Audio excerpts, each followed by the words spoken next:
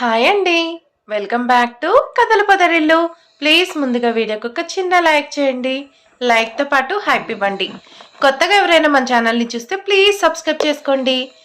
ఈరోజు కథ my dear Satyabhama, episode number 87. కథను రచించిన వారు తన్వి గారు, వాయిస్ ఓవర్ శ్వేత. ఇక కథలోకి వెళ్ళిపోదాం. అభినవ్ వాళ్ళ మీద యాక్సిడెంట్ ప్లాన్ చేసిన వాళ్ళని భార్గవి చూసింది అనగానే అందరూ సమాధానం కోసం ఆమెని క్యూరియాసిటీగా చూడడం మొదలుపెట్టారు. వైష్ణవి అంత కాన్ఫిడెంట్గా జరిగింది చెప్పడంతో భార్గవి గుర్తు తెచ్చుకోవడానికి ప్రయత్నించింది.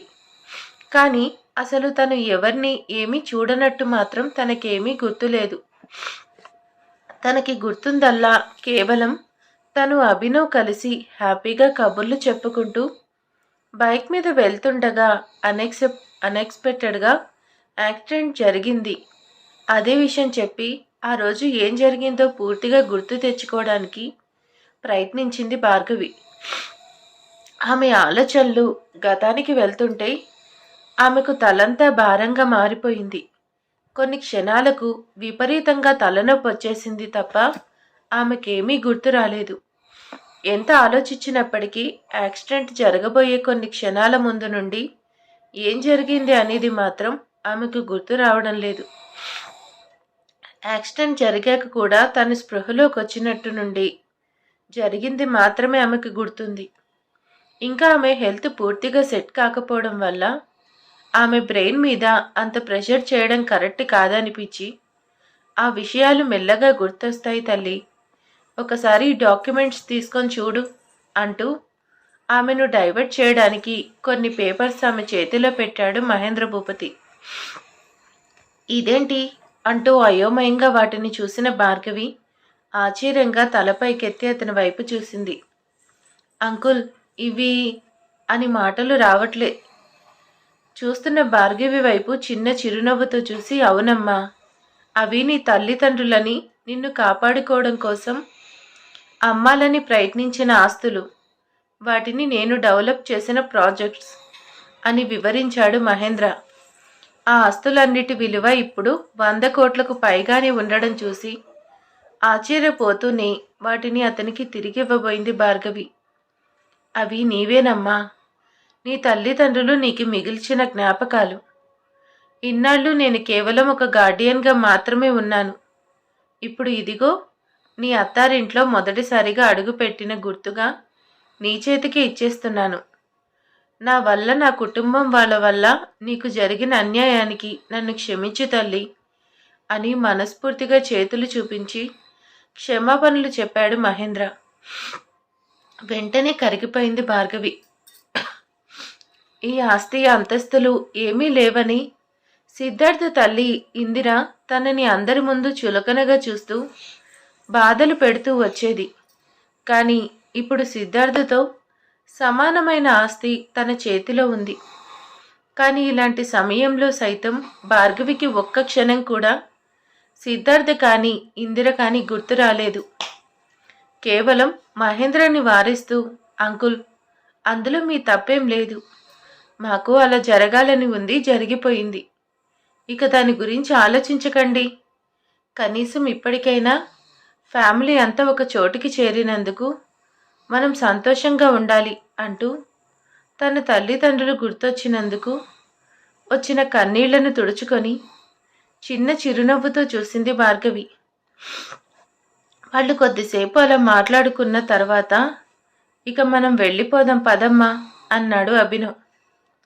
సడన్గా అతను అలా మాట్లాడడంతో మిగిలిన ముగ్గురు అతని వైపు ఆశ్చర్యంగా చూశారు. రేయ్, నిజాలన్నీ తెలిసాక కూడా నీకు నా మీద కోపం పోలేదా అని బాధగా అడిగాడు మహేంద్ర. కోపం, అది ఇది అని అంత పెద్ద మాటలు ఎందుకులేండి. నేను మీతో అడ్జస్ట్ కావడానికి నాకు ఇంకాస్త టైం పడుతుంది అని సూటిగా చెప్పేశాడు అభినవ్. సరే, నువ్వు నీకు నచ్చిన దగ్గర ఉండు, కానీ సెక్యూరిటీ విషయంలో మాత్రం అశ్రద్ధ చేయకు. లేకపోతే నాతో రిక్వెస్ట్ రా, మీ అమ్మని మాత్రం నాతోనే ఉండనివ్వు ప్లీజ్ అని చంటి పిల్లాడిలా బ్రతిమాలాడు మహేంద్ర. అతని రిక్వెస్ట్కి అభినవ్ కూడా నిజంగానే కరిగిపోయాడు. కానీ తన తల్లి సమాధానం కోసం అన్నట్టు ఒకసారి వైష్ణవి వైపు చూశాడు. భార్గవి చేతిని అభినవ్ చేతిలో పెట్టి, నేను ఎప్పుడూ నీతో ఉండలేను కాబట్టి నీకంటూ ఓ జీవితం ఉండాలని ఆరాటపడ్డాను కన్నా, నేను కోరుకున్న భార్గవియే నా ఇంటి కోడలవుతుంది. నిన్ను నాకన్నా జాగ్రత్తగా ప్రేమగా చూసుకుంటుంది. నీ గురించి నాకు ఎప్పుడూ ఎలాంటి బెంగా లేదురా. జీవితంతో పోరాడి పోరాడి అలసిపోయానవి. ఉన్న 4 రోజులు నా భర్తతో కలిసి ఉండాలని మీకు దూరంగా ఉంటున్నాను. ఈ అమ్మ మీద కోపం తెచ్చుకోకు నాన్నా, అర్థంగా చెప్పింది వైష్ణవి. వైష్ణవి కష్టపడి మాట్లాడుతూ ఉండడం వల్ల అంతకు మించి ఎమోషన్ అయితే ఇబ్బంది అవుతుందని అభినవ్ భుజాన్ని మెత్తగా నొక్కింది భార్గవి. భార్గవి కళ్ళల్లోకి మెసేజ్ అభినవ్ మనసు స్కాన్ చేయడంతో మరింకేం రెట్టించలేదు అభినవ్. ఓకే మామ్, నీకు నచ్చినట్టే చెయ్యి, నేను ఏం వద్దు అనను అన్నాడు అభినవ్. బట్ ఒక కండిషన్ కన్నా, వీకెండ్స్లో మాత్రం మేము నీ దగ్గరకు వచ్చేస్తాం, లేదంటే మీరిద్దరే ఇక్కడికే వచ్చేయాలి అని ఖచ్చితంగా చెప్పింది వైష్ణవి. వైష్ణవి మాటకు వాళ్ళిద్దరు ముఖాలు వెలిగిపోగా షూర్ మామ్ అని నవ్వుతూ చెప్పాడు అభినవ్. అలా కాసేపు మళ్ళీ మాటల్లో పడ్డాడు నలుగురు. ఈలోగా వాళ్ళకు భోజనాలు కూడా ప్రిపేర్ అయ్యాయి. శేషు వచ్చి ఇన్ఫర్మేషన్ ఇవ్వడంతో అందరూ కలిసి లంచ్ కూర్చున్నారు. అమ్మా నాన్న ఇద్దరిని ఒకే చోట అలా మొదటిసారి చూసి అభినవ్ కళ్ళు ఆనందంతో చెమ్మగిల్లాయి.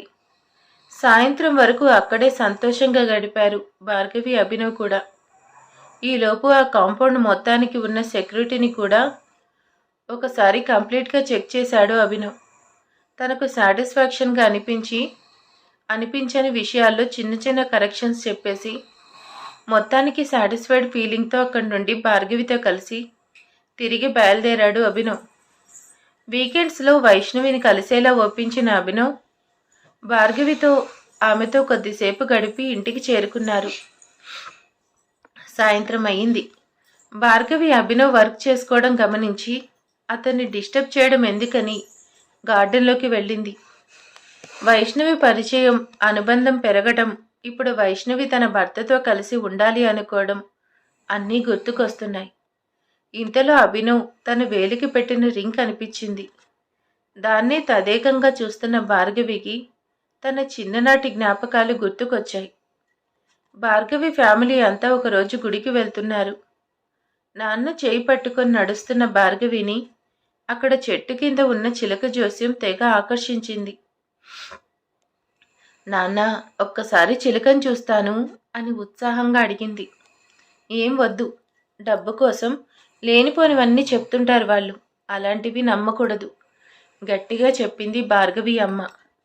తల్లి కోపడడంతో బిక్కమొహం వేసుకుని తండ్రి వైపు చూసింది భార్గవి. పోనీలే, ఏదో చిన్నపిల్ల చిలకను చూసి సరదా పడుతుంది, దానికి నువ్వు చెప్పేవి ఏమర్థమవుతాయి, వెళ్ళి చూడనిస్తే దాని సరదా కూడా తీరుతుంది కదా అంటూ భార్యకు నచ్చ చెప్పాడు అతను. తండ్రి తనకు సపోర్ట్ చేయడంతో చెయ్యి విదిలించుకొని అక్కడికి పరిగెత్తింది భార్గవి. పంజరంలో నుంచి వచ్చిన చిలుక కార్డు తీసి వెళ్ళిపోయింది. జోస్యం చెప్పి అతను కార్డు చూసి ఆ తర్వాత భార్గవిని కొన్ని క్షణాలు చూసి, ఈ పాప జీవితంలో సంతోషం త్వరలోనే మాయమవుతుంది, అయినా వాళ్ళు శాశ్వతంగా దూరం అవుతారు, ఈమెకు ప్రేమ అందరిని ద్రాక్షలా అయిపోతుంది, వివాహ బంధం కూడా ఎక్కువ కాలం నిలబడదు, ఎటు చూసినా కష్టాలు కన్నీళ్లే అని చెప్పాడు. అది విని భార్గవి తల్లి కోపంగా తన భర్త వైపు చూస్తూ, విన్నారా ఏం చెప్తున్నాడో, అందుకే నేను వద్దు అని చెప్పింది, నా మాట వింటేగా అని కోపడుతూ భార్గవిని అక్కడి నుండి తీసుకువెళ్ళిపోయింది. పంజరంలో చిలకని చూస్తున్న భార్గవికి అతని మాటలు అర్థం అప్పుడు తెలియలేదు, కానీ ఇప్పుడు తెలుస్తుంది. అతను చెప్పినట్టే అన్నీ జరిగాయి. జీవితం మోడుబారుతున్న టైంలో అభినవ్ ఎంట్రీ ఇచ్చాడు. అభినవ్ చూపిస్తున్న ప్రేమ ఒకవైపు, తను కోల్పోయిన సంతోషాలను, ఆ మధురమైన క్షణాలను తిరిగి తెస్తున్నందుకు సంతోషంగా ఉన్నా, మరోవైపు ఈ ప్రేమ కూడా దూరం అయిపోతుందేమో అని భయపడుతుంది. తన జీవితంలో సంతోషం అనేది ఉండదు అన్న మాటలు పదే పదే చెవుల్లో మారుమ్రోగుతుంటే బాధగా తలపట్టుకుంది భార్గవి. ఇంతలో తలపై చల్లని స్పర్శకు కళ్ళు తెరిచి చూసింది భార్గవి. చిరునవ్వు నవ్వుతున్న అభినవ్ ముఖం కనిపించగానే భార్గవి ఆలోచనలు ఆగిపోయాయి. అభి అని పిలిచింది. పైకి లేవబోయిన భార్గవి భుజాలు పట్టుకొని తిరిగి సోఫాలో కూర్చోపెట్టాడు అభినవ్. ఆమె వెనక నుంచొని ఏంటి స్వీట్ హార్ట్, మరీ అంత డల్గా కనిపిస్తున్నావు అని అడిగాడు. అభినవ్కి ఎలా చెప్పాలో తెలియక నీళ్లు నములుతూ ఏం కాలేదు అభి, తలనొప్పిగా ఉంది అంతే అని చిన్నగా చెప్పింది. అవునా, ఈ మధ్య బాగానే ఉన్నావు కదా, మామ్ని చూసి డిస్టర్బ్ అయ్యావా? మరీ ఎక్కువగా ఆలోచించకరా, త్వరలోనే అన్నీ నార్మల్ అయిపోతాయి. మన మ్యారేజ్ అయ్యిందంటే మామ్ మళ్ళీ మన దగ్గరకు వచ్చేస్తుంది చూడు అంటూ భార్గవి వద్దు అంటున్నా నెమ్మదిగా తలనొక్కసాగాడు. అభినవ్ చేతి స్పర్శకో లేక తనకి అతను తోడుగా ఉన్నాడు, ఇంకేం భయం లేదు అని నమ్మకమో కానీ భార్గవికే తెలియకుండా నిద్రపోయింది. కిచెన్లో మనవడి కోసం ఫుడ్ రెడీ చేస్తుంది ఇందిర. విసురుగా లోపలికొచ్చింది నిషా. విషయం తెలియక బిత్తరపై చూసింది ఇందిర. కొద్దిసేపట్లో పార్టీ స్టార్ట్ అవబోతుంది, అయినా సిద్ధార్థ్ ఇంకా ఇంటికి రాలేదు. ముందు వస్తానని చెప్పి ఇప్పుడు ఫోన్ లిఫ్ట్ చేయకపోతే అర్థం ఏంటి అని కోపంగా అరిచింది నిషా. నిషా మాటలు వినిపించనట్టే సైలెంట్గా పని చేసుకుంటుంది ఇందిర. ఇంతకీ ముందు కనీసం బయట తిరిగి తాగేది కానీ ఇప్పుడు ఏకంగా ఇంటికే డిస్కో చేసేసింది నిషా. ఫ్రెండ్స్తో పార్టీలు, సెలబ్రేషన్స్ అంటూ ఇంట్లోనే తాగి తందనాలాడుతుంది. కొద్ది రోజులు ఓపిక పట్టమ్మా అని సిద్ధార్థ్ మాత్రం తప్పించుకు తిరుగుతున్నాడు. సిద్ధార్థ్ లైట్ తీసుకున్నట్టు ఇందిర ఉండలేకపోతుంది. అలా అని ధైర్యంగా ఎదిరించలేక చూసి చూడనట్టు విని విననట్టు రోజులు గడుపుతుంది. ఇందిర ఆలోచనలో ఉండగానే కోపంగా ఆమెను కదిపింది నిషా. ఆంటీ, సిద్ధార్థ్ ఇంకా రాలేదేంటి అని రాగం తీస్తూ అంది నిషా. మీ మొగుడు పెళ్ళాలు అని నాకు చెప్పే చేస్తున్నారా? నన్ను అడుగుతున్నావు? మీరు ఏమన్నా చేసుకోండి, మధ్యలో నన్ను లాగొద్దు అని విసుగ్గా చెప్పింది ఇందిర. అత్తగారి సమాధానానికి చిర్రెత్తుకొచ్చిన నిషా, అలాగా, మా మధ్య నీకు సంబంధం లేదు కానీ మన మధ్య అలాంటివేం లేదు కదా ఆంటీ అని వెటకారంగా సాగదీసింది. తప్పించుకుందామని నేనేదో చెప్తే ఇప్పుడు దీనికే ఫిట్టింగ్ పెడుతుందో ఈ రాక్షసి అని మనసులో అనుకుంటూ నిషాని అనుమానంగా చూసింది ఇందిర. ఫిట్టింగ్ పెట్టకపోతే ఎలా అత్తమ్మా? నీకు తగ్గ కోడల్ని అవ్వాలంటే ఇలానే ఉండాలి కదా మరి అని నవ్వుతూ కళ్ళెగరేసింది నిషా. మనసులో మాటను నిషా చెప్పేయడంతో అవాక్కైంది ఇందిర. దేవుడా, ఇది మనిషా లేక దెయ్యమా? నేనే ముదురు అంటే నాకంటే పెద్ద ముదురులా ఉందేంటి? పిల్లలు లేకపోతే పోయారు కానీ ఆ భార్గవి ఎన్నన్నా కుక్కిన పేన్లో పడుండేది. అత్తగారిలా దర్జాగా బ్రతికిన దాన్ని ఇప్పుడు సర్వెంట్స్ కన్నా దారుణంగా అయిపోయాను. దీనంతటికీ ఆ భార్గవినే కారణం. దానికే పిల్లలు పుట్టుంటే నాకిన్ని బాధలుండేవి కాదు కదా అని మనసులోనే మళ్ళీ భార్గవిని తిట్టుకుంది ఇందిర. తిట్టుకున్న కాడికే చాలే, మరీ ఎక్కువగా ఇన్నర్ వాయిస్లు వేసుకుంటే మెంటల్ వస్తుంది అంటూ చురకంటించింది నిషా. ఏం చేయలేక చంపేసేలా చూసింది ఇందిర. ఇందిర చూపులకి ఏమాత్రం తొనకలేదు నిషా. చింత చచ్చినా పులుపు చావలేదు అన్నట్టు నీకింత జరిగినా బుద్ధి రాలేదు, ఇంకా ఉరిమి చూస్తున్నావు? దించుతా, మొత్తం దించుతాను, నేనున్నది అందుకేగా అని నవ్వి, బయట నా ఫ్రెండ్స్ గెస్ట్ వెయిట్ చేస్తున్నారు, త్వరగా రెడీ అయ్యి అందరికీ సర్వ్ చేయి అని ఆర్డర్ వేసింది నిషా. వాట్, నేనా అని షాకింగ్గా అరిచింది ఇందిర. చెవులు వినపడట్లేదా? ప్రతిదానికి ఎందుకలా అరుస్తున్నావు? ఇక్కడ మనం కాకుండా ఇంకెవరున్నారని ఇంత ఓవరాక్షన్ చేస్తున్నావు? వెళ్ళి గెస్ట్లకి ఏం లోటు రాకుండా జాగ్రత్తగా చూసుకో. తేడా వచ్చిందో తెలుసుగా నా సంగతి అని వార్నింగ్ ఇచ్చి కిచెన్ నుండి బయటికి నడిచింది నిషా. వెళుతున్న నిషాని చూస్తూ ఏం చేయలేక ఆ కోపాన్ని గిన్నెల మీద చూపించింది ఇందిర. విండోకి జారబడి నిల్చున్నాడు సిద్ధార్థ్. చేతిలోని సిగరెట్ నెమ్మదిగా కాలుతూ పొగలు కక్కుతుంది.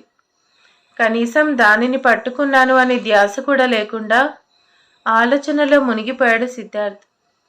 డోర్ తీసుకొని లోపలికి వచ్చాడు కళ్యాణ్.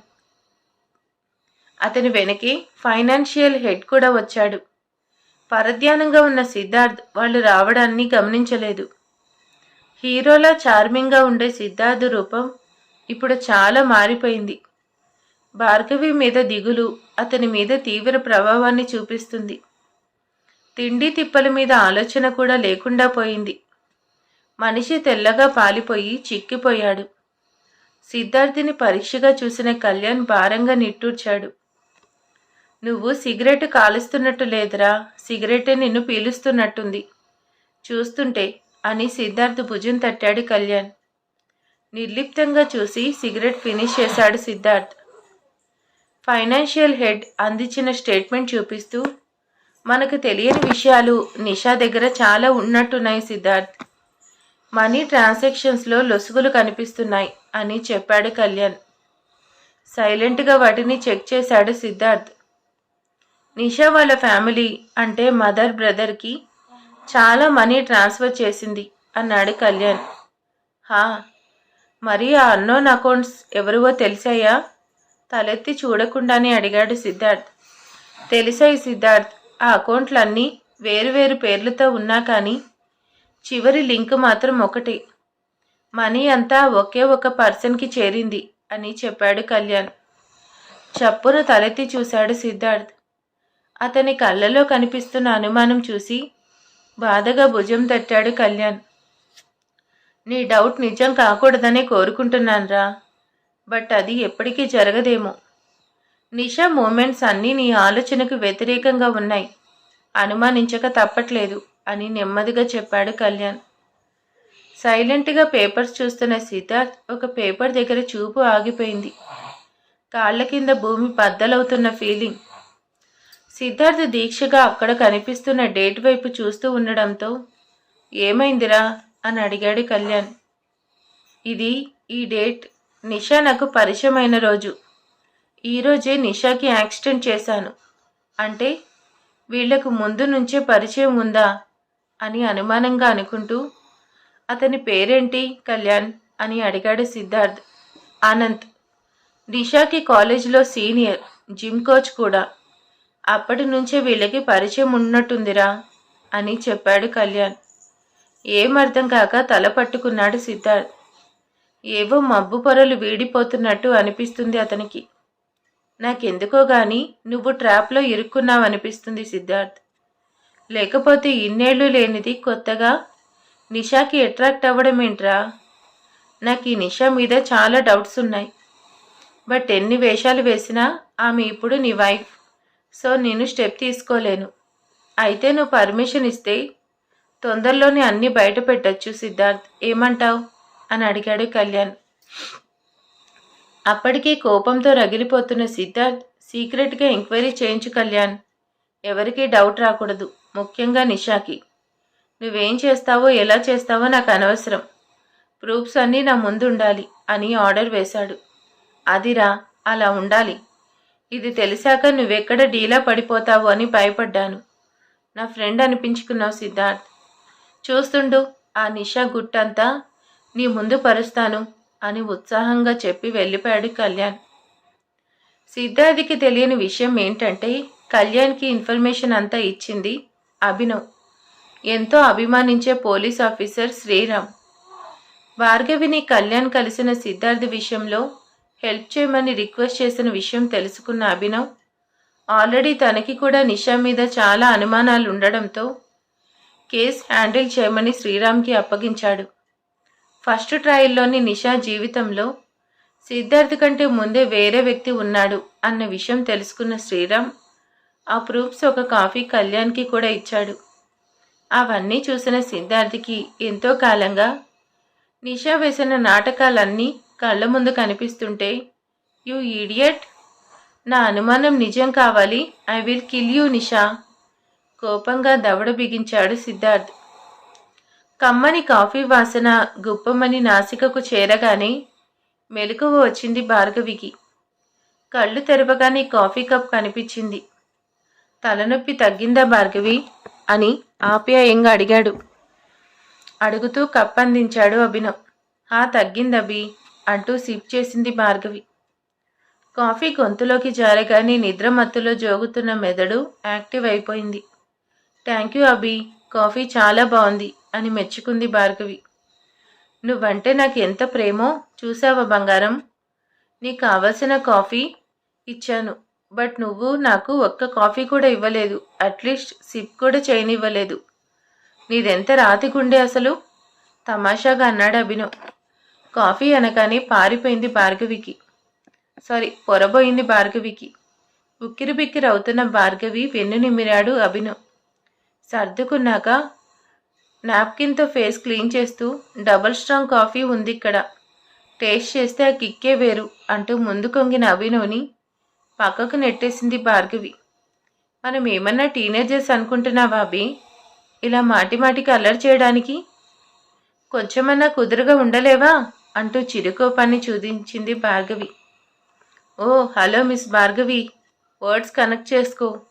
టీనేజర్స్ని, వీటికి దూరంగా ఉండాలి. నేనేం చేస్తున్నానో నాకు ఫుల్ క్లారిటీ ఉంది. నేనేదో పరాయి వాళ్ళతో ఉన్నట్టు అంటున్నావేంటి? నేను నా లవర్తో, అందులోనూ కాబోయే భార్యతోనే చనువుగా ఉంటున్నాను. నా వైఫ్ని కిస్ చేస్తే తప్పేంటా అసలు అని దబాయించాడు అభినవ్. చాలే, ప్రతిదానికి ఏదో ఒక వంకలు రెడీగా పెట్టుకొని ఉంటావు అని ముద్దుగా విసుక్కుంది భార్గవి. వంకలు పెంకులు కాదు, నిజాలు మాట్లాడుతున్నాను. నీ మీద నాకు అన్ని రైట్స్ ఉన్నాయి, తెలిసిందా అని గట్టిగా అడిగాడు అభినవ్. అయినా సరే, ఇప్పటికైతే నీ అల్లరికి బ్రేక్ వేయాల్సిందే అంది భార్గవి కొంటెగా చూస్తూ. అంటే ఏంటి బంగారం నీ ఉద్దేశం? డౌట్గా చూస్తూ అడిగాడు అభినవ్. నువ్వు ఎక్స్పెక్ట్ చేస్తున్నదే మై డియర్ అభి. మనకి పెళ్ళయ్యేదాకా నీ పప్పులేం ఉడకవు. కాదని దగ్గరికి వచ్చావో దెబ్బలు పడతాయి అని చెయ్యి చూపిస్తూ మెత్తగా బెదిరించింది భార్గవి. పెళ్ళే కదా, అతి త్వరలో ముహూర్తం పెట్టించేస్తాను డియర్, ఉత్సాహంగా చెప్పాడు అభినవ్. ఏంటి పెట్టించేది?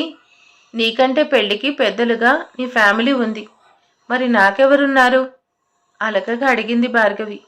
అంటే అని అడిగాడు అభినవ్. అంటే నాకు కూడా నా వాళ్ళు ఉండాలి కదా. నువ్వు నాకు పర్ఫెక్ట్ అవునా కాదా అన్నది వాళ్ళు డిసైడ్ చేస్తే బాగుంటుంది కదా అని చెప్పింది భార్గవి. కొంపతీసి ఇప్పుడు నీకు పెళ్లి పెద్దగా ఈడియట్ సిద్ధార్థిని తీసుకురమ్మంటావా ఏంటి అనుమానంగా అడిగాడు అభినవ్. నీకంత టఫ్ టాస్క్ ఇవ్వనులే అభి, నాకు నా వాళ్ళు ఉన్నారు కదా, చాలే అంది నవ్వుతూ. యు మీన్ అని అయోమయంగా చూస్తూ అడిగాడు అభినవ్. ఎస్, మన కళ్ళ ముందే ఒక రహస్య ప్రేమ కథ దాచేసి అపరిచితుల్లో తిరుగుతున్నారు కదా. శాంతి అంటే శేషు గారు అంది భార్గవి నవ్వుతూ. ఓస్ అంతేనా? అంటే ఇప్పుడు నువ్వు వాళ్ళిద్దరినీ కలపాలని ప్లాన్ పెట్టుకున్నావే ఏంటి? అసలు వాళ్ళిద్దరూ ఎందుకు విడిపోయారో తెలియదు, సింగిల్గా ఎందుకుంటున్నారో కూడా తెలియదు కదా. తేలిక ఊపిరి పీల్చుకుంటూనే అడిగాడు అభినవ్. నాకు అదంతా తెలియదు. వాళ్ళిద్దరూ కలిసి మన పెళ్లికి ఒప్పుకుంటే తప్ప నేను ఒప్పుకోను అంటూ మెలిక పెట్టింది భార్గవి. అంటే ఏంటి నీ ఉద్దేశం అర్థం కాలేదు అభినవ్కి. ఏముంది, so simple Abhinav. 2 doubts express చేసావు కదా, ఆ డౌట్కి ఆన్సర్ కూడా నువ్వే కనుక్కొని మ్యాటర్ సెటిల్ చేస్తే సరిపోతుంది. ఏమంటావు అంటూ అభినవ్ వైపు చూసింది భార్గవి. అప్పటికే కాల్ చేసేలా కళ్ళూర్మి చూస్తున్న అభినవ్, ఆహా సరిపోతుందా, లేక ముందు వాళ్ళకి పెళ్లి చేసి ఆ తర్వాత తీరిగ్గా మనం చేసుకుందామా వెటకారంగా అడిగాడు అభినవ్.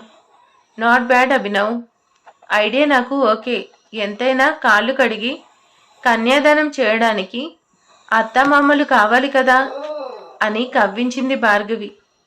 అంటే వాళ్ళ మ్యాటర్ సెటిల్ కాలేదనుకో, పెళ్లి కాని ప్రసాదుల్లా నన్ను కూడా పెళ్లి కాని అభినవ్ అని పిలిచేద్దాం అనుకుంటున్నావా అని గుర్రుగా అడిగాడు అభినవ్. పెళ్లి కాని అభినవ్ అనగానే పడి పడి నవ్వుతూ అంతేగా అంతేగా అని వెక్కిరించిన భార్గవిని కోపంగా పట్టుకోబోయాడు అభినవ్. బట్ అభినవ్కి దొరకకుండా తుర్రుమంది భార్గవి. స్టోరీ చూశారు కదా, చాలా ఇంట్రెస్టింగ్గా ఉంది. ఇక నిషా గుట్టు ఎలా బయటపడుతుంది, అలాగే శాంతి గారిని శేషు గారిని అభినవ్ ఎలా కలపబోతున్నాడు, భార్గవి అభినవ్ పెళ్లి ఎలా జరగబోతుంది అనేది ఇక రాబోతున్న ఎపిసోడ్లో తెలుసుకుందాం.